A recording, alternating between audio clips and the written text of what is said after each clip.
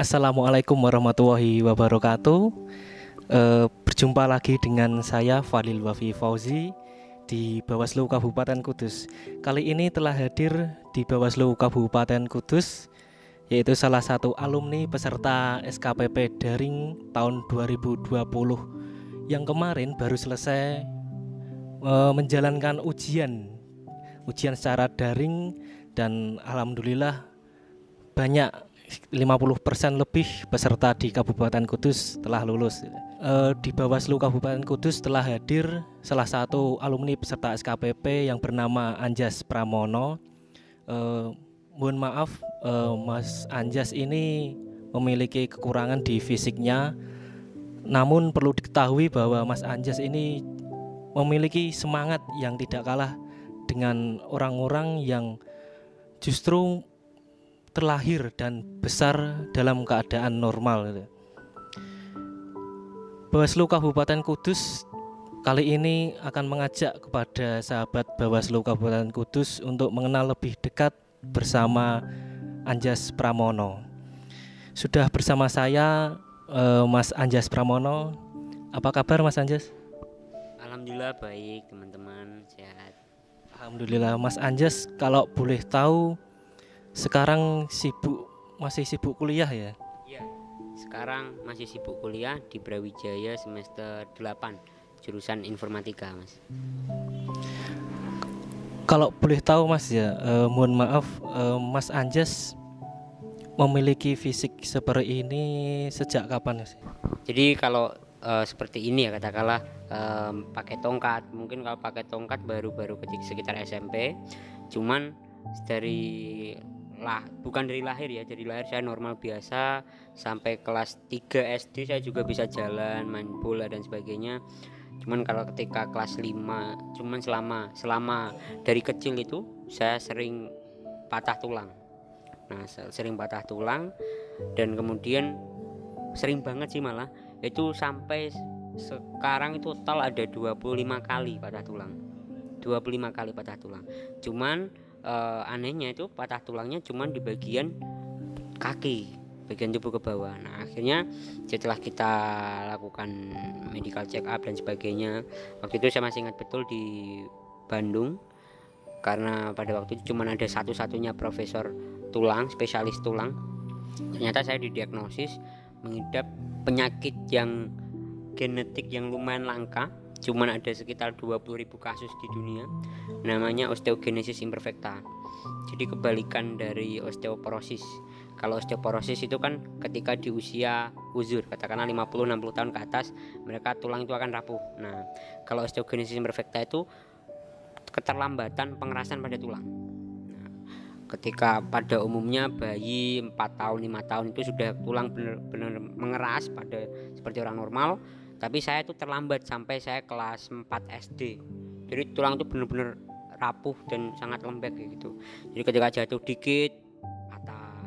Bahkan kata orang tua dulu ketika belajar duduk bayi, ketika saya belajar duduk atau miring itu patah.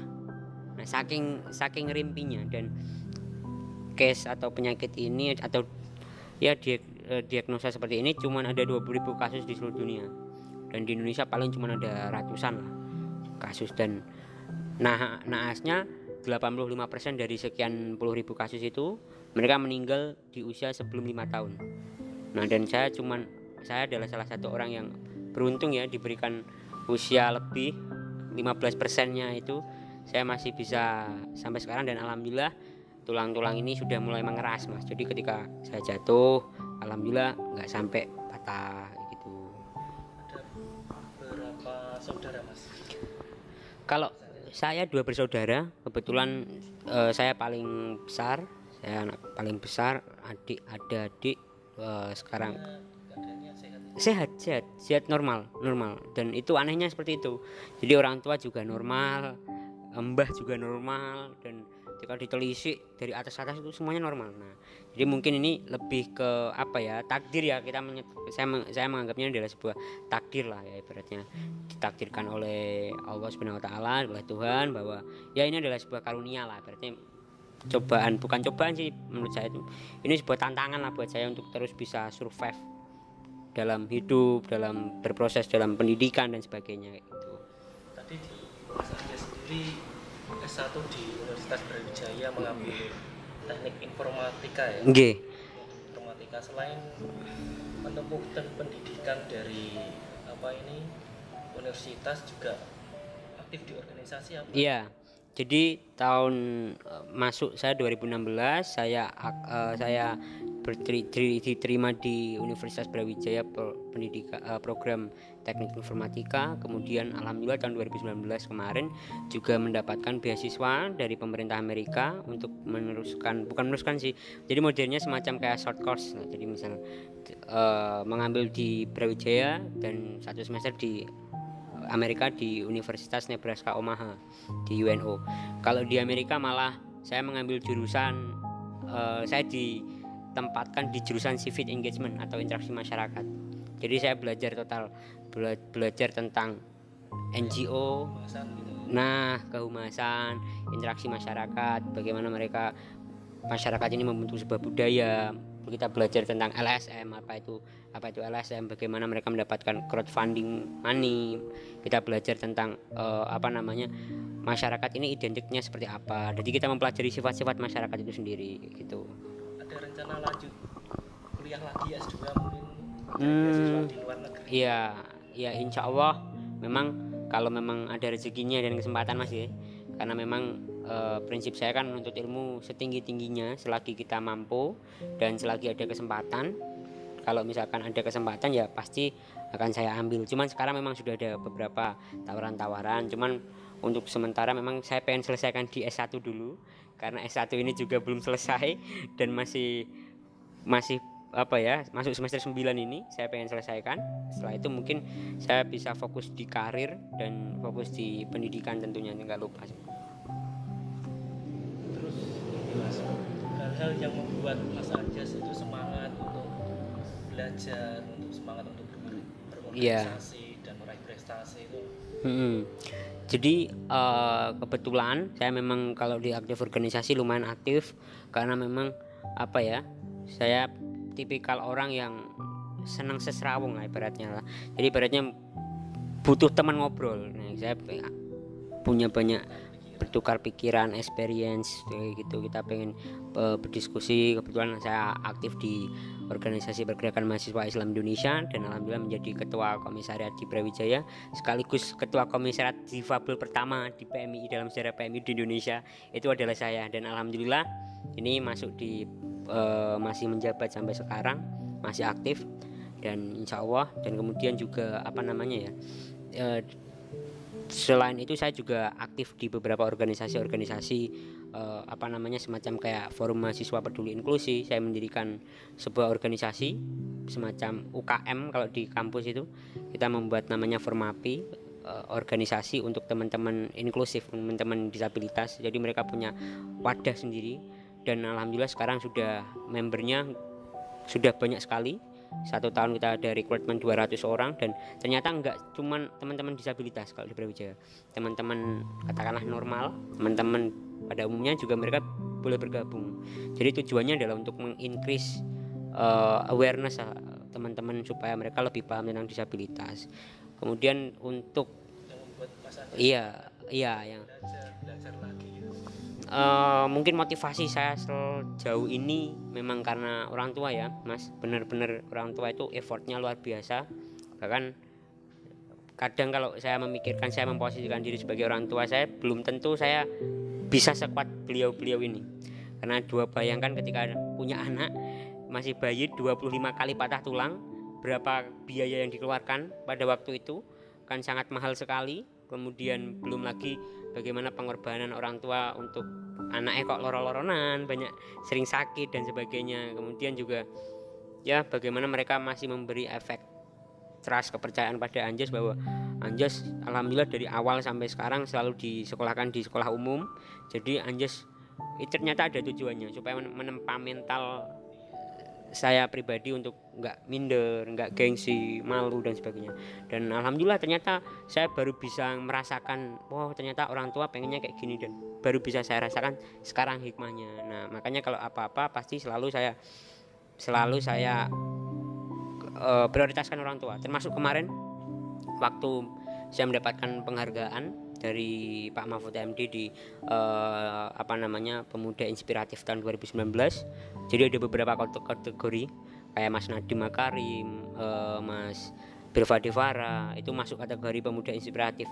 Tapi delalah kok menang saya, dan alhamdulillah pada waktu itu saya langsung matur bapak, Pak, mpun jenengan mau budal karena ke Jakarta, karena memang saya pengen udah orang tua aja yang berangkat untuk mewakili saya gitu kan. Karena memang ini yang pertama, memang Pak Mahfud ini kan salah satu idola bapak, dan kemudian saya pengen bahwa yang paling berhak di balik Anjas ini juga kelihatan, yaitu bapak dan ibu saya gitu. Kesuksesan Mas Anjas sendiri juga diraih dari Ridho. Ini benar-benar terjadi pada saya sendiri. Mas Anjas kan punya berapa prestasi, bahkan segudang prestasi. Alhamdulillah. Boleh dijelaskan, Mbak? Saya pengen tahu prestasi apa aja. Bahkan dengar-dengar Mas Anjas sendiri membuat beberapa aplikasi di pemilu ya. Iya, jadi kalau prestasi alhamdulillah semuanya sudah pernah saya rasakan, mulai dari dulu waktu SD tingkat kecamatan, lomba-lomba, kemudian tingkat kabupaten, provinsi, nasional, semuanya sudah alhamdulillah, bahkan sampai internasional. Total kalau penghargaan internasional, jujur saya sendiri itu tidak tahu dalam arti berapa jumlahnya. Saya pernah menang lomba ini berapa saja, lombanya apa aja, saya nggak pernah tahu. Karena mungkin kalau misalkan itu saya cuma ikut, selesai lomba menang, oh ya udah, terus sertifikat saya kasih orang tua. Untuk pastinya saya kurang lebih lupa. Kalau international event mungkin ada sekitar 12 atau 13 medali internasional yang saya dapatkan. Cuman untuk pastinya berapa itu saya lupa pasti. Tapi ini maksudnya adalah saya nggak begitu memperdulikan lah, karena memang itu bukan maksud saya sombong, karena menurut saya adalah yang paling terpenting itu adalah experience atau pengalaman itu. Karena itu kan saya punya sertifikat, punya medali, itu cuman kertas gitu, itu cuman kertas kayak gitu Pak. Bahwa harapan saya ketika besok melamar kerja atau punya pekerjaan tuh saya nggak dimintain CV. Mas, kadang kan kita melamar kerja kan, Mas minta CV-nya dong. Oh ini baru tahu. Nggak kebayang kalau CV-nya Mas Anjas ini ada beberapa lembar. Ya saya pengennya seperti ini, bahwa dia sudah tahu bahwa Anjas seperti ini, jadi dia nggak pengen tahu dari saya lewat saya. Jadi saya pengen bahwa nantinya ketika saya melamar pekerjaan, oh dia udah tahu saya bahwa saya punya kapabilitas itu, bukan karena CV saya punya ijazah dan sebagainya, saya punya kompeten di bidang sini, oh dia udah tahu. Nah itu lebih ke situ sih, makanya sampai sekarang kayak kemarin mendapat penghargaan dari Pak Jokowi, dari Pak Presiden terkait menjadi duta ikon Pancasila. Alhamdulillah dari BPIP juga, kemudian juga ada kehormatan dari MPR RI, ada juga dari Kemenpora Pemuda Hebat. Kalau yang membuat aplikasi pemilu itu? Ya, jadi alhamdulillah juga Anjas dimintain tolong, alias kita bekerja sama untuk mendevelop program aplikasi di Bawaslu Provinsi Jawa Timur. Ya, jadi kita membantu mereka untuk di bidang administratif, untuk surat menyurat, jadi lebih terdigitalisasi. Kemudian aplikasi yang kedua itu kita mendevelop aplikasi yang berkaitan soal teman-teman tunarungu, teman-teman tunanetra. Jadi kita buat semacam portal berita, Mas. Jadi kan teman-teman tunanetra itu kan nggak bisa melihat papan reklame, visi misi dan sebagainya. Terus teman-teman tunarungu juga nggak bisa waktu kampanye itu mereka ngomong apa nggak tahu. Nah akhirnya saya berinisiatif pada memberikan saran ke teman-teman Bawaslu Jawa Timur, gimana kalau kita buat semacam platform aplikasi Android yang ini dimana nanti hasilnya portal berita. Jadi kalau biasanya kan portal berita kan tulisan, jadi di aplikasi itu kita bisa ada sound suaranya, jadi dia langsung membaca bla bla bla bla, jadi teman-teman tunanetra bisa terfasilitasi. Nah kayak gitu. Terus misalkan pelaporan kecurangan itu bisa digunakan aplikasi itu untuk khusus untuk teman-teman tunanetra, tunarungu, disabilitas lah di Provinsi Jawa Timur. Luar biasa ya, pengalaman-pengalaman dari Mas Anjas dan prestasi yang diraih.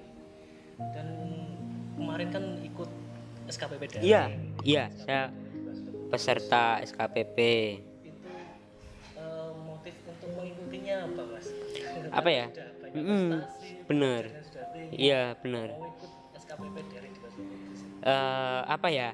Selain saya dapat pulsa ya, saya dapat reward pulsa. Selain itu juga saya apa ya, lumayan juga lah buat kita nonton YouTube dan sebagainya. Saya pengen lebih karena pengen salah satu saya mengambil jurusan di civic engagement di Amerika, terus sekaligus mempelajari pengetahuan sosial masyarakat dan sebagainya. Makanya saya ikut SKPP karena penasaran bagaimana sih dalam sebuah proses pengawasan pemilu itu seperti apa teknisnya sampai bisa kita menjadi menjadi salah satu ketika suatu saat misalkan saya mempunyai kendala, katakanlah mengetahui ada pelanggaran pemilu ataupun seperti apa. Nah teknisnya kan saya nggak tahu ketika saya orang awam. Nah saya pengen ikut SKPP untuk lebih bisa tahu, oh ini ternyata tata caranya seperti ini, alurnya sebuah peraturan itu keluar seperti ini, dan peran Bawaslu ini seperti ini. Nah intinya lebih seperti itu. Selain itu juga karena memang supaya nggak gabut di rumah, karena memang ini kan terdampak ya, saya benar-benar terdampak pandemi karena COVID ini. Jadi semuanya saya harus pulang ke Kudus dan mencari kesibukan lah, tapi yang pasti kesibukan yang positif. Dan alhamdulillah menjadi peserta SKPP di Kota Kudus, di Bawaslu Kudus, ini menjadi sebuah achievement tersendiri buat saya untuk bisa berkontribusi berbagai hal lah untuk teman-teman di Kota Kudus ini. Pernah bercita-cita besok saya pengen jadi penyelenggara pemilu? Waduh. Bawaslu atau apa? Untuk sejauh itu belum Mas, belum kepikiran ke sana. Cuman apa ya, karena saya masih belum, saya paling bingung itu kalau disuruh pengen jadi apa cita-cita, itu paling bingung sekali karena memang dari dulu itu saya nggak punya cita-cita. Jadi bukan berarti saya orangnya pasrah, cuman saya nggak pernah bermimpi seperti ini. Cuman terus melakukan hal-hal kebaikan karena memang saya sudah tahu background saya sendiri seperti ini. Intinya di luar sana kan banyak sekali teman-teman disabilitas yang harusnya punya potensi, punya kesempatan yang sama seperti Anjas, cuman mereka kurang beruntung, kurang diterima masyarakat, keluarga dan sebagainya. Nah makanya saya punya misi itu bagaimana Anjas ini bisa memanusiakan manusia. Saya terus mengkampanyekan hal-hal itu di berbagai elemen. Benar, nah ya gitu. Terkait SKPP daring lagi Mas, ada pesan kesan mengikuti SKPP daring dari awal tahapan ya sampai tahapan terakhir ujian. Kemarin juga saya sempat ujian, kemudian dari situ juga saya bisa mengambil banyak sekali pelajaran berkaitan tata cara penggunaan pemilu, pengawasan. Selain itu juga yang terpenting saya juga tahu teman-teman dari Kota Kudus itu ternyata mereka ini, karena sebelumnya kan saya jarang sekali ke Kudus Mas, karena saya jarang sekali untuk pulang, paling kalau pulang 2 bulan sekali, itu pun cuma 1-2 hari, habis itu balik lagi ke Malang. Nah jadi saya pengen punya banyak relasi, banyak teman untuk di Kota Kudus ini seperti apa sih teman-teman, pergerakannya seperti apa. Terus dalam di Bawaslu ini juga saya banyak menemukan relasi-relasi baru, kemudian juga pengalaman-pengalaman baru, dan juga informasi-informasi yang sebelumnya nggak pernah saya dapatkan. Itu sih yang paling penting ya, selain kuota gratis itu tadi sih, yang paling penting experience itu tadi. Dengan mengikuti ujian SKPP, mengikuti sekolah kader pengawasan ini kan juga Mas Anjas peduli terhadap penyelenggaraan. Harapan dari Mas Anjas sendiri untuk penyelenggaraan pemilu ke depannya itu seperti apa? Ya mungkin untuk tahun 2020 ini kan diundur untuk menjadi bulan Desember ya kalau nggak salah ya, pilkada itu. Cuman memang Kudus kan sudah mengalami pilkada, dan di beberapa daerah di Provinsi Jawa Tengah dan seluruh Indonesia itu kan diserentakkan di bulan Desember kalau nggak salah. Jadi harapannya sih supaya tetap kita sebagai warga negara tetap menjunjung tinggi asas luber jurdil, kemudian iya ini kebetulan kan saudara. Karena memang ini apa ya, baratnya ini kan kalau ini kan serentak ya, baratnya pemilu kali ini kan serentak, banyak sekali kota-kota ini melakukan pemilu kabupaten dari kota atau kabupaten. Nah, ini memang banyak sekali akan ada tantangan-tantangan, apalagi ini di era digital. Kalau kita sebagai masyarakat atau warga negara yang tidak melek digital, ada isu sana sini, hoax, cara kita asal percaya, tentu dibutuhkanlah kita wawasan yang luas untuk ini bisa mensortir, kita bisa memfilter ini sebuah berita ini benar-benar aktual atau ternyata ini hanya bohongan. Karena belajar dari pemilu-pemilu sebelumnya kan banyak sekali berita-berita bohong, berita-berita hoax yang justru menyudutkan ke antar sesama calon kayak gitu. Yang negatif-negatif seperti hoax. Kemarin juga banyak praktek-praktek money politik. Iya, benar. Mandangnya seperti apa Mas Anjas terkait money politik? Bawaslu sendiri kan mengkampanyekan anti terhadap. Iya, benar.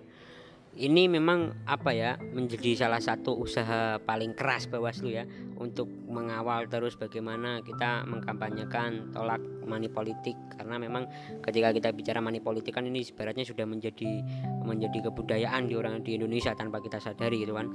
Tapi kan bagaimana proses teman-teman Bawaslu ini tetap bisa mengkawal, selain juga mengawal dan memperkarakan, kita juga memberikan edukasi kepada teman-teman yang ini sebagai pemilih pemula, kemudian kepada orang-orang sekitar bahwa kelebihan tentang ketika kita menggerakkan tolak politik uang itu seperti apa sih, supaya mereka tahu kenapa mereka harus menolaknya, mereka punya alasan. Nah, ini adalah salah satu tugas Bawaslu untuk terus melakukan sosialisasi dan edukasi kepada teman-teman yang sampai saat ini masih kepikiran, aku cuma milih nek ono duit bensin, katakanlah seperti itu. Padahal kan kita harus menjunjung tinggi asas luber jurdil dalam sebuah pemilihan pemilu kayak gitu, Mas. Pertanyaan terakhir ya Mas Anjas, harapan dari Mas Anjas sendiri untuk Bawaslu Kabupaten Kudus dan yang menonton acara ini di channel YouTube Bawaslu Kabupaten Kudus, pesan-pesan yang disampaikan. Ya, harapan saya pribadi ya sebagai mahasiswa sekaligus masyarakat Kota Kudus, kita intinya ingin lebih supaya nantinya teman-teman Bawaslu berada di tonggak paling terdepan ketika untuk mengantisipasi adanya penyelewangan pemilu, proses pemilu dan pengawalan terkait money politik dan sebagainya itu.